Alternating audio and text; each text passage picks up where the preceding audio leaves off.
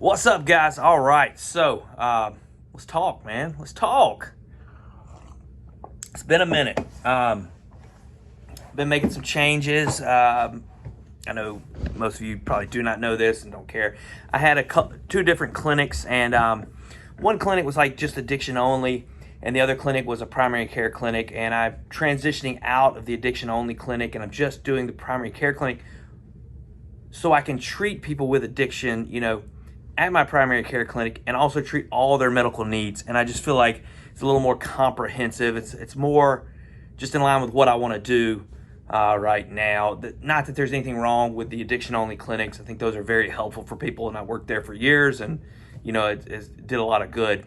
But just to kind of give you a heads up on maybe where I've been, what's going on. It's just been kind of crazy busy. A lot of things going on with my kids, my family, that we've been juggling and coordinating and all that. And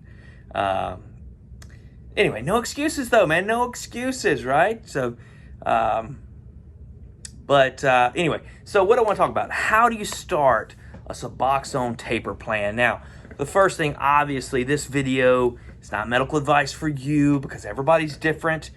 People are on a different plan. Not everybody needs to be tapering. People need, you need to be stable, right? And you need to talk to your doctor and find out what's right for you. But I'm going to kind of give you probably how I approach the taper with most people. Now, some people are able to go more aggressively and quicker than this, but one of my favorite things to do is just to have a patient take a smaller amount one day a week, and that day a week needs to be scheduled. So let's just say it's Sunday, and let's just say you're taking 8 milligrams a day, which would be like one tablet or one strip a day. Well, on Sunday, you only take a half, but then you go back to your full tablet every other day, except for Sunday, half, and you go back. You do that for a month. By the end of the month, you should have 2 left over, basically. 2 tablets, 2 strips. And then the next month, if you felt that wasn't as bad as I thought, then you pick another day of the week, and you, let's say Wednesday.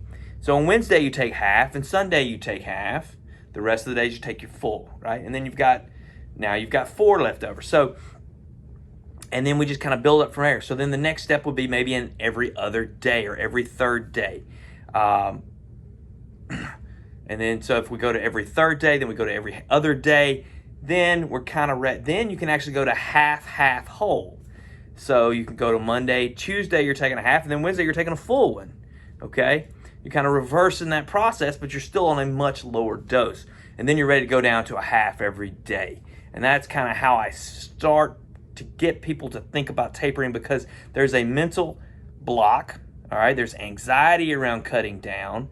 And by making that small adjustment one day a week, gets that momentum rolling. It lets people know that they can handle it, that we're not just trying to stop medicines, that we're not trying to cause withdrawal, we're not trying to create a scenario where they would relapse. Instead, we want to work with them to get the outcome that they want. And again, if we're tapering, that means that that me and the patient, we're on the same page, that they're ready, and that we think we can get them to a lower dose. That might mean we can get them off their medicine altogether. It might just mean that we're going to get them to a really small dose, that's much more affordable and manageable and not so anxiety inducing to them.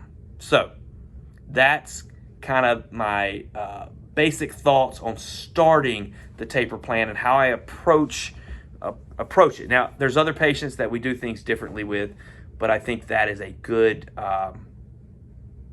just a good basic beginner plan, if you will. So, all right, guys, talk to your doctor if you're thinking about this. Don't just start this. Don't just follow it because you saw some crazy video on the internet. Please don't take advice on the internet.